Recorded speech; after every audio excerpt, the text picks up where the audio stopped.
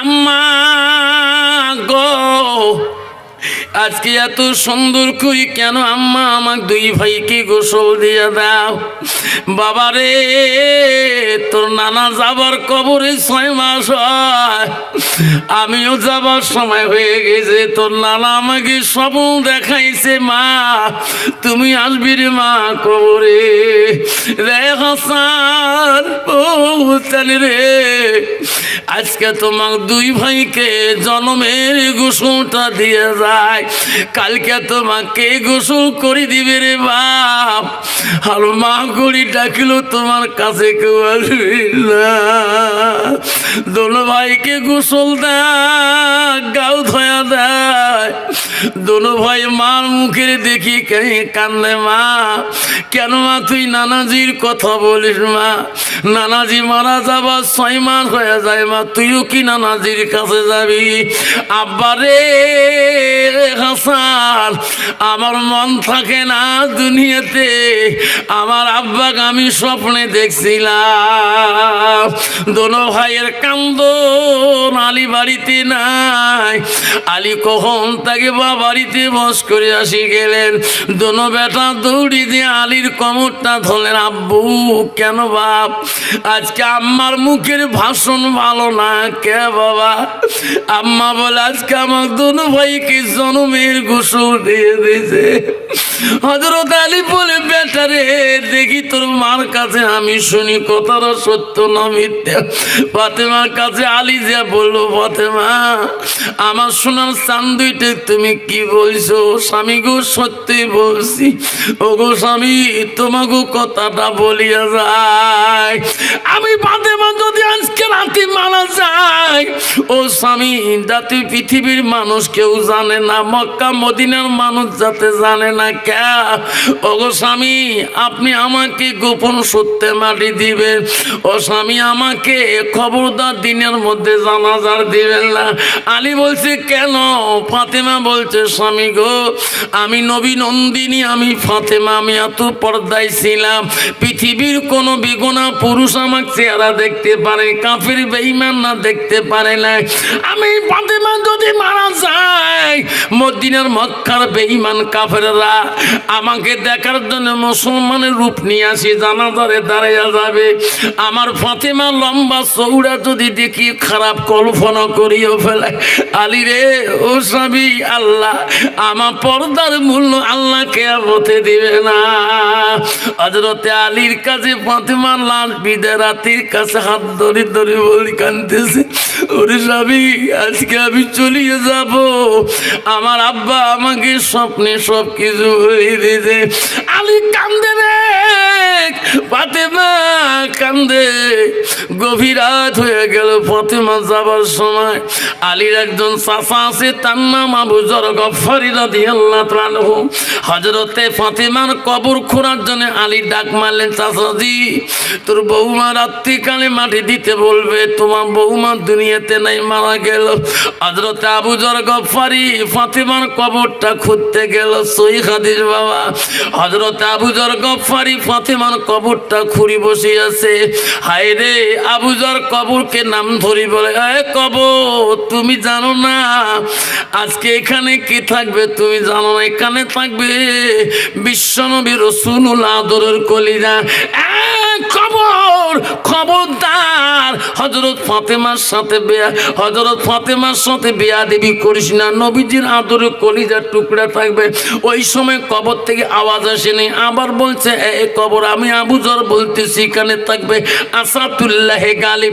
এই কবর হযরত আলীর নাম আসাদুল্লাহ গালিব সারে আলী, তার স্ত্রী থাকবে রে কবর, তার সাথে বেয়াদবি করিস না। আবার বলছে এই কবর তুমি জানো না এখানে কে থাকবে? এখানে থাকবে হাসান হোসেনের আম্মা জান, তার সাথে বেয়াদবি করিস না। কবর এখানে থাকবে নারীদের সর্দারানি পৃথিবীর জমিনে হবে, এই ফাতেমার সাথে বেয়াদবি করিস না। আমি আবু যর গফফারি বলছি রে কবর। সঙ্গে সঙ্গে কবর থেকে গাইবি আওয়াজ এসে গেছে, আবু যর সাবধান, আমি কবর বলছি রে, আমার কাছে চিকুর দিয়া লাভ নাই। আমি কবর ফাতেমা চিনি না, নবীজির বেটিক চিনি না, আলীর স্ত্রীকেও চিনি না। আমি কবর হাসান হোসেন মাকে চিনি না। আমি কবর ওই নারীদের সর্দার রানীকেও চিনি না। এই আবু যর, আমি কবর চিনি তার শুধু আমল। আমল যদি ভালো হয় আমার সাথে ভালো ব্যবহার করবে, আমল যদি ঠিক হয় কবর ভাল ঠিক ব্যবহার করবে। আমল যদি বিটি হয় রে আবু যর, ডান দিকের হার বাঁ দিকে যাবে, বাঁ দিকের হার ডান দিকে যাবে।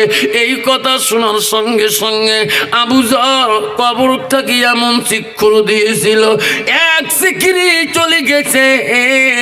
আবু যর জিন্দেগিতে বাড়ি ফেরে নাই। ওই ফাতেমার কবরের চিক্ষুর আওয়াজ শুনিয়ে আবু যর দেশ আসছে, জঙ্গলে জঙ্গলে পাহাড়ে ঘুরতে ঘুরতে রে। আর চাচা আবু হযরত আলী আবু যরকে দেখতে পায় না। চাচা কোথায় গেছে কবর খুলি। কত বছর পরে হযরতে আবু যরের সাথে আলীর দেখা হয়। চাচা গো, তোমার এই অবস্থা কেন? বাবারে, বৌমান কবরটা কি আমি যেদিন আওয়াজ পেয়েছি রে বাবা, বাড়ি ঘর দু সব ত্যাগ করছি। এই কবর যদি নবীর বেটিকে পছন্দ না করে, আমল যদি না হয়, আমার মতন আবু যরের আমলে কবর কি করবে? মা বোনেরা, আমারা খবরদার মা স্বামীটাকে হাতের কবজায় নিবেন না। শর্ট করে দিচ্ছি বাবা, কষ্ট হয় নাকি? বাবা কষ্ট হয় নাকি? শঠের মধ্যে নিচিরে শোনা।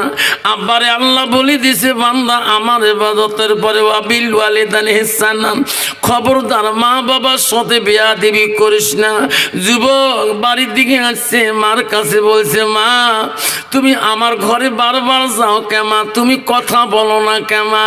মা বলছে, বেটা তোর ঘরে গেলে সব সময় বন্ধু বান্ধব নিয়ে গল্প করো, তুমি বড় লোক, বাবা তুই বড় চাকরি করো, কিন্তু একটা কথা কাল থেকে বলতে চাই রে বেটা, মানুষের ভিড়ে বলতে পারি না। বাবা আমি মূর্খ মানুষ, তুমি হলো শিক্ষিত অফিসার। বাবা রে, এই কথা যদি মানুষের সামনে কম, তুই আমাকে ধমক দিতেও পারিস। মেলা শিক্ষিত ছেলে আছে, মা আই বলি কি চাই মূর্খ জাত আছে না, আমার সামনে করছিল মক্কা মাওলানা সাহেব, এই কি জাত জানে? ওই ভাই ভদ্র ভাষা কথা কস, তোর বাপ তো বাপকাই মূর্খ জাত, তুই হচ্ছিস ডাক্তারটা কি হয়েছে? ঠিক না ঠিক? তোর ডিগ্রির অহংকার আল্লাহ তো পঠন করাইবে, তোর বাবার সামনে তুই চেয়ারে বসে ঠ্যাং ঝোকাস, আর বাপক কয় বলে তুই বিচারের কি জানিস? মোর সামত কয় আমি আহাম্মক হয়ে গেছি, কি কই রে এমন ডিগ্রি আর নেন সারি, একটা কুত্তার ডিগ্রি ভালো আছে। যুবক বলছে, মা কি বা কবার চাইস মা, মুখ কাল থেকে কষি ডেকে। মা বলছে, বাবা আমি মূর্খ মানুষ, তুই হচ্ছিস শিক্ষিত ছেলে, বাবা কথাটা কবার চাল। ছোটকালে তোর আব্বা হারাছিস, আমি কত কষ্ট করি তোকে বিদ্যা শিখাইলাম, তোমার বাবার ভালোবাসার সম্পত্তি বিক্রি করি করি বাপ তো এত ডিগ্রি নিয়ে আমি বিশাল চাকরি নিয়ে দিলাম। বাবা এই বুড়ে বয়সে এই শরীর নিয়ে তোর বন্ধু বান্ধব রান্না বড়ি খড়ি খোয়া বড় কষ্ট হয়। তারপরে মা কি করতে চাই? বাবা আমি তোর জন্য একটা সুন্দর মেয়ে দেখিয়েছি, তুমি ওই মেয়েটাকে যদি বিয়েও করো বাবা আমি খুব খুশি হয়ে যাব। ছেলে বলছে, মা এই কথা কতে এতদিন সময় লাগে? মারে কথা দিলাম মা, আজকে তুমি ওই মেয়ের সাথে আমার বিয়ে চুক্তি করো। মা তুমি আমার কত কলিজার টুকরো মা, তোর যদি পছন্দ হয়েছে মা তাড়াতাড়ি যা। মা তৎক্ষণাতে যে বিয়ে চুক্তি মোহরণা চুক্তি করে নিলেন। বেটা তারপরে দিন বিয়ে করে আনলেন, বিবিকে বাসর ঘরে বুঝায়, বিবি আমার মার আমি কলিজার টুকরে রে, ছোটকালে আব্বা খানা ছিঁড়ে বিবি বাপের আদর পাই নাই, মার আদরে মানুষ এত বড় চাকরি বাসি। বিবি মনে রাখিস রে, তোকে বিয়ে করার জন্য মার কাছে ঘেনর ঘেনর, তোর গুণ বলে ভালো, তুমি বলে ভালো বংশর মেয়ে। ও বিবি রে, মার ভালোবাসা তোকে আনছি। আমার মা হলো নামাজি, আমার মা হলো পরহেজগারি, আমার মা হলো কোরআন পানওয়ালা, আমার মা হলো পরদানিশী। ও বিবি, আমি যখন অফিসে চলে যাব, আমার মা উজু করা পানিটা হাতে নিয়ে দি। আমার মা যখন গোসল দিবে রে, পানি ঝুঁকি ঝুঁকি দি। আমার মা যদি তুই শান্তি রাখতে পারে রে বিবি, আমি তোকে অত্যন্ত শান্তিতে রাখবো। এই কথা বলি স্বামী যখন চলে যায়, বেঈমান বিবি কথা গুরুত্ব দেয় না। আয় রে, পানি তো দেওয়া দূরের কথা, ওই বেঈমান বিবি তো জানে না নামাজের ওয়াক্ত। মুয়াজ্জিনে আযান দিচ্ছে মসজিদে, আল্লাহু আকবার আল্লাহু আকবার। এমন সময় তার মা নামাজে দাঁড়াইবে, দেখে তার রুমের মধ্যে টিভির ভলিউম। ওই বুড়ি দৌড়িয়ে যে বলছে, মা মসজিদে আযান দিচ্ছে, মা টিভিটা বন্ধ কর মা। এই বাড়িতে মা গত মানিস না রে মা, মা তুই উজু করি আয় মা, মোর সাথে নামাজ পড় মা। খবরদার মা, আজানের সময় এই সিরিয়াল দেখবি না। লাস্টে বেঈমান বউ বলছে, বুড়ি এটা তোর বাপের বাড়ি টিভি না, তোর বেটার টিভি না, এটা আমার বাপ যৌতুক দিয়েছে, আমি 1000 বার দেখবো। লাস্টের মধ্যে বলছে, মা তোর কি ভয় নাই? কইছে, বুড়ি রে তোর জীবনে কত পাপ করছি, তোর চিন্তা তুই কর। বুড়ি কই, কেমন কথা রে? এই বউ কি নিজে পছন্দ করলেন? বউয়ের ভাষা কেমন? জহর চলে গেল, আসরের টাইম আসি গেলেন, বেঈমান বউ আর টিভি বন্ধ করে নাই। আমার যে বউয়ের কাছে মিনতি করলো, মা মা আমার বাড়ির মা আজাব আসবে, গজব আসবে, মা টিভিটা বন্ধ কর মা।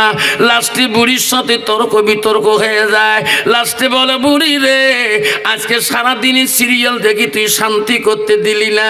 মনে রাখিস রে বুড়ি, তোর বেটার সাথে তোর এত অত্যন্ত কলিজার টুকরা, আজকে আমাকে যেমন টিভি দেখতে দিলি না, বুড়ি মনে রাখিস ওই বেটার সাথে তোর এমন কানেকশন করে দিম, এমন ফাইট বাজিয়ে দিম, ওই বেটা জীবনে তোর মুখের দিকেও তাকাইবে না। বেঈমান বিবি রাতের মধ্যে সন্ধ্যা না হতে টিভির কেবল তার সিঁড়ি ফেলে দিয়ে রান্না বাড়ানা করি, ঘরের লাইট অফ করি ঘুমিয়ে পড়লেন। অফিসার অফিস করি, বাজার মার্কেট করি আসতেছে, মাছ মাংস নিয়ে ঘরের দরজা 80 টাকা। বিবি উঠো উঠো রে, আমি বাজার করি, কত মাছ মাংস নিয়ে আসছি। সন্ধ্যাতে তুমি বাইরে লাইট ঘরের লাইট অফ করছো কেন? বিবি রান্না করো, কোটা বাসা করো, আমার মা খাবে, আমি খাবো, তুমি খাওয়া। বিবি আর কথা শোনে না। বিবি রে, তুমি সন্ধ্যাতে লাইট বন্ধ করি ঘরে লাইট অফ করে ঘুমাইছো কেন? তুমি কি রান্না বাড়া করবা না? তখনও বেঈমান বিবি শুনে দেয় না। লাস্টের মধ্যে স্বামী করুণ সুরে ডাকা, বেবি আমি কত রঙের সবজি, কত রঙের ফলমূল আছি, তুমি রান্না করবা, আমি খাবো, আমার মা খাবে, তুমি খাবা। 3 বেলা বেঈমান বিবি দরজা খুলি দিয়ে লাইট অন করে জ্বলে দিয়ে দৌড়ি টেবিলের কাছে যাইয়া একটা খাতা একটা কলম আনিয়ে বলে, স্বামী গো কেন দরজা খুলি নাই? তাড়াতাড়ি লেখো। কি লিখবো? 3 তালাক লিখিয়ে দাও, বাইন করি তালাকের সই করে দাও। বিবি কোন কথা তুমি বলো? বিয়ে করে 1 মাস হয় নাই, তোমাকে আমি 3 তালাকে সই করে দেব কেন?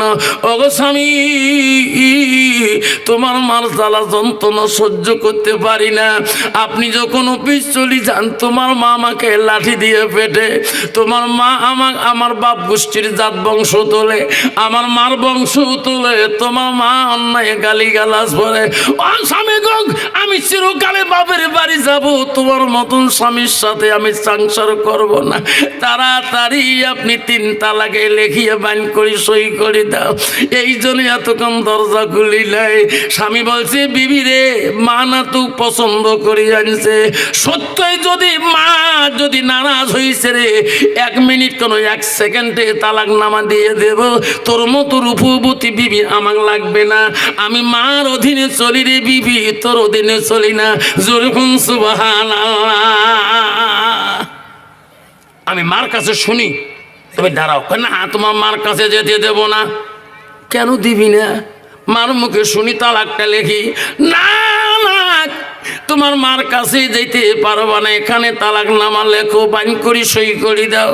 লাস্টের মধ্যে তর্ক বিতর্ক করি, স্বামীর কাছে চাবি কাড়ি নিয়ে হারে সন্দুকে দরজাটা খুলিয়ে বাবার দোয়া গালা সোনা, হাতে সোনা, পা সব কিছু কানে সোনা নিয়ে বলল, স্বামী আর তালাক দেওয়া লাগবে না, বাপের বাড়ি সোনা, কানে সোনা, যৌতুক যা পাশে নিয়ে নিছি। আমি আমার বাবার একটা মেয়ে গো স্বামী, তোমার মতন অফিসার লাগে না, চলে গেলাম। ও গো স্বামী, আর জীবনে এই বাড়িতে আসবো না।